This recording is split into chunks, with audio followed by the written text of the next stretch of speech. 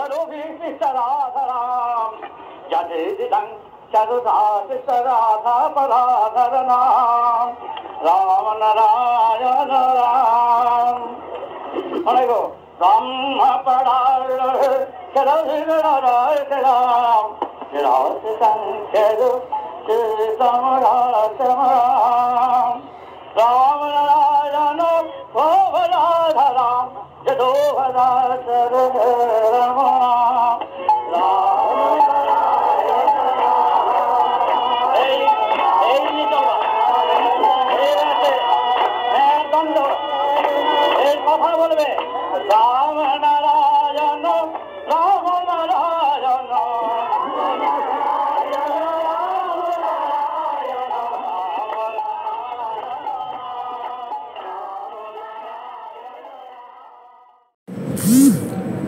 রাম ও নারায়ণ রাম।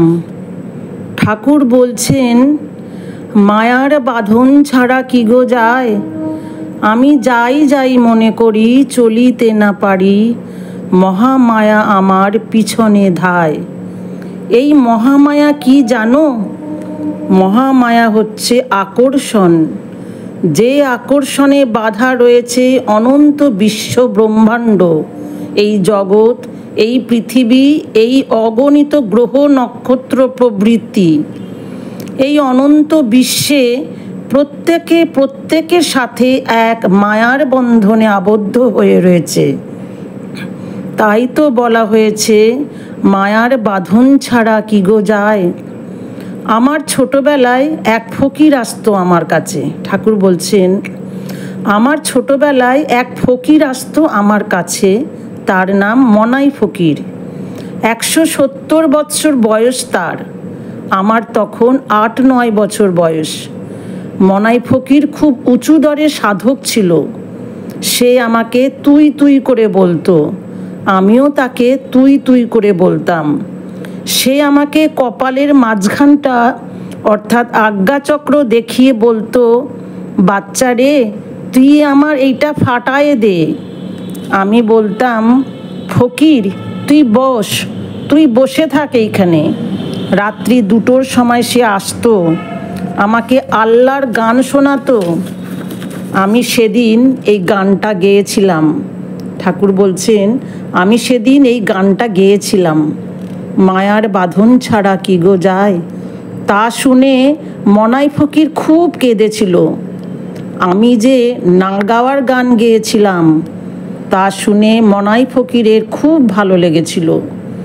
গান শুনে মনাই ফকির বলেছিল, মহামায়ার বাঁধন হতে কি কেহই মুক্ত হতে পারে না? আমি বলেছিলাম, ঠাকুর বলছেন, মহামায়ার বন্ধনে আবদ্ধ আমরা সবাই। এই বাঁধন হতে কবে মুক্তি হবে, কিভাবে মুক্তি হবে, বা আদৌ মুক্তি হতে পারবো কি না তা এখনই বলা যাচ্ছে না। মুক্ত অবস্থায় থেকেও আমরা মহামায়ার বন্ধনে আছি। মুক্ত অবস্থায় থেকেও আমরা মুক্ত মনে, মুক্তভাবে মহামায়ার বন্ধনে আছি। তাই মহামায়ার এই বন্ধনে আবদ্ধ করার জন্য নয়, এই বন্ধন মুক্ত হওয়ার জন্য, মুক্ত করার জন্যই এই বন্ধন। জীব যাতে মুক্ত অবস্থায় থাকতে পারে তার জন্যই এই বন্ধন। মহামায়ার এই বন্ধন শুধু আপন কোটরে সীমার মাঝে আবদ্ধ থাকবার জন্য নয়, জীবকে মুক্ত করে দেওয়ার জন্যই এই বন্ধন। বন্ধন মুক্ত হয়েও জীব যে আবার বন্ধনে থাকবে, সেই বন্ধনই হলো মুক্ত অবস্থার বন্ধন। জীব মাতৃগর্ভে আসে কেন? পূর্ণাঙ্গ রূপ নিয়ে বাহির হওয়ার জন্যই গর্ভে আসে। ফুল বিকশিত হয় প্রস্ফুটিত হওয়ার জন্য, বীজ অঙ্কুরিত হয় ফুটে উঠবার জন্য। তাই এই বন্ধন, এই মায়া, মহামায়ার এই বাঁধন আর কিছুই নয়। এ শুধু মুক্ত আকাশে মুক্তভাবে বিচরণের সুবিধার জন্য, মুক্তভাবে বিচরণের জন্যই মহামায়ার এই বন্ধন। তাই মায়ার বাঁধন ছাড়া কি গো যায়, আমি যাই যাই মনে করি চলিতে না পারি, মহামায়া আমার পিছনে ধায়। মনাই ফকির গান শুনছে আর চোখের জলে ভাসছে। সে তখন আমাকে বলল, ওরে বাচ্চা, তুই তো বললি আমি যাই যাই মনে করি চলিতে না পারি, তবে কি আমাদের ইচ্ছা মতো কোনো দিনই আমরা চলতে পারবো না রে? ব্যাপারটা কি বলতো দেখি। ঠাকুর বলছেন, মহামায়া আমার পিছনে ধায় মানে কি বুঝলি বলতো ফকির? যতক্ষণ পর্যন্ত পাখির বাচ্চার ডানা উড়বার মতো উপযুক্ত না হয়, ততক্ষণ পর্যন্ত পাখি তার আপন ডানা দিয়ে বাচ্চাকে আবরণ করে রাখে। মহামায়া আমার পিছনে ধায়, আমি যাই যাই মনে করি চলিতে না পারি। কেন চলিতে পারি না? গাছের উপর থেকে পাখির বাচ্চা পড়ে যেতে পারে। সুতরাং যতক্ষণ পর্যন্ত তার ডানার জোর না আসে, ততক্ষণ পর্যন্ত তাকে সে ছাড়বে না, তার ইচ্ছা মতো তাকে সে চলতে দেবে না। তাই মহামায়া বলছেন, যতক্ষণ পর্যন্ত তোমাদের আমি আমার মনের মতো করে গড়াতে না পারবো, ততক্ষণ পর্যন্ত আমি তোমাদের ছাড়ব না। পাখি যেমন করে তার বাচ্চাকে তার নিজের দুই ডানা দিয়ে আবরণ করে আগলে রাখে, তোমাদের ডানা উপযুক্ত না হওয়া পর্যন্ত আমিও সেইভাবে তোমাদের আবরণ করে রাখব। তাই তো বলেছে, আমি যাই যাই মনে করি চলিতে না পারি, মহামায়া আমার পিছনে ধায়।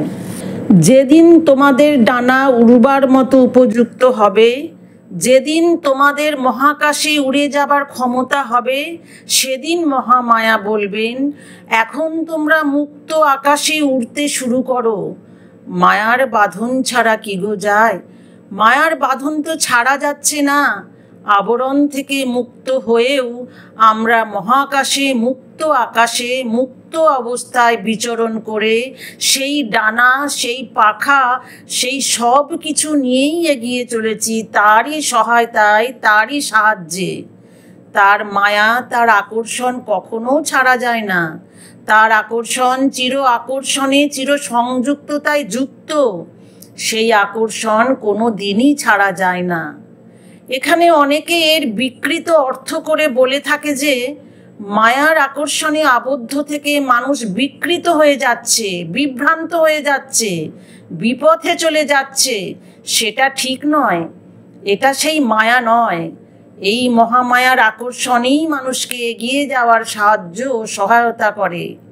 এই আকর্ষণ কোনো দিনই কেউ ছাড়তে পারে না। চন্দ্র, সূর্য, গ্রহ, নক্ষত্র সবাই মহামায়ার আকর্ষণে যুক্ত থেকে আপন মনে মহাকাশের সুরের সাথে যার যার সুর মিলিয়ে যার যার আকর্ষণে এই মায়ার বন্ধনে আবদ্ধ হয়ে রয়েছে। তাই তো বলেছে, মায়ার বাঁধন ছাড়া কি গো যায়? মনাই ফকির তখন বলল, মহামায়া এত সচেতন আমাদের জন্য? ঠাকুর বলছেন, ফকির, তুমি এবার বুঝতে পারছো তো আমাদের এগিয়ে নিয়ে যাওয়ার জন্য মহামায়া কত ব্যস্ত, কত সচেতন? ফকির বলছেন, তাই তো দেখছি রে বাচ্চা, আমাদের ফুটিয়ে তোলার জন্য, ফুটাবার জন্য, বিকশিত করার জন্য মহামায়া যে এত ব্যস্ত তা তো আগে আমি বুঝি নাই। মহামায়া তো সব সময় আমাদের ফুটাবার জন্যই ব্যস্ত রে। ঠাকুর তখন বলছেন, তুমি এতদিনে বুঝলে ফকির সাহেব? ফকির বলছে, এতদিন তো এভাবে চিন্তা করি নাই রে। তখন ঠাকুর বললেন, দেখ ফকির, চারিদিকে চেয়ে দেখ, সব সময় সবাইকে ফুটাবার জন্যই তো মহামায়া ব্যস্ত। বীজ থেকে গাছ, ফুলে ফলে সমস্ত জগৎ বিকশিত। উদ্ভিদে, গাছে, পাহাড়ে, পর্বতে, জলে, স্থলে, চন্দ্রে, সূর্যে সব জায়গাতেই তো বিকশিত অবস্থা রে। মহামায়া সব সময়ই তো ব্যস্ত। তাই তো মনের দিক থেকে সবাই যাতে বিকশিত হয়ে ওঠে, তার জন্য মহামায়া সব সময় এত সচেতন। আমাদের সচেতনতার দিকটা যাতে আরো বেশি সচেতনতায় বিকশিত হয়, প্রকাশিত হয়, প্রস্ফুটিত হয়, সেদিক থেকে মহামায়া সব সময় অতি সচেতন। এর জন্যই মহামায়ার এত ব্যস্ততা। এবার বুঝতে পেরেছ তো ফকির মহামায়ার অর্থ? মনাই ফকির তখন বলল, এতদিন তো আমি এত সব বুঝি নাই রে। আমার এতদিনের চিন্তা, এতদিনের ভাবনা সব আজ পরিবর্তন হয়ে গেল রে বাচ্চা। এতদিন তো আমি শুধু ভেবেছি মায়ার বাঁধনেই আমরা আবদ্ধ, ভেবেছি মায়াই বুঝি আমাদের আবদ্ধ করলো। এখানকার এই মায়া যে সেই মহামায়ার মায়া সেটা তো বুঝি নাই। ফকির বলছে, মহামায়া যে আমাদের সবাইকে সন্তানের মতো কোলে করে এত সচেতন করে নিয়ে চলেছে সেই মহাকাশের দিকে, তা তো আগে বুঝি নাই। আজ তোর কাছ থেকে পেয়ে গেলাম সেই আজ্ঞাচক্র ও সহস্রারের বর্ণনা। আমার গিট আজ তুই খুলে দিয়েছিস। এক বিরাটের দিক, সেই অনন্তর দিক তুই খুলে দিয়েছিস আজ। ঠাকুর বলছেন, সেদিনের কথা আজ সব মনে নেই, ভুলে গেছি। মনাই ফকিরের কথা আজ আবার মনে পড়ল, তাই কিছু কিছু বললাম। বন্ধুরা, আপনাদের কেমন লাগলো সেটা কমেন্ট করে জানাবেন। আর আমাদের আরও দুটো চ্যানেল আছে, সেটা একটিতে ঠাকুরের নিজ কণ্ঠের ভাষণ ও আরেকটিতে তত্ত্বের বিশ্লেষণ দেওয়া হয়। সেই লিঙ্ক দুটো ডেসক্রিপশন বক্সে দেওয়া আছে। রাম ও নারায়ণ রাম।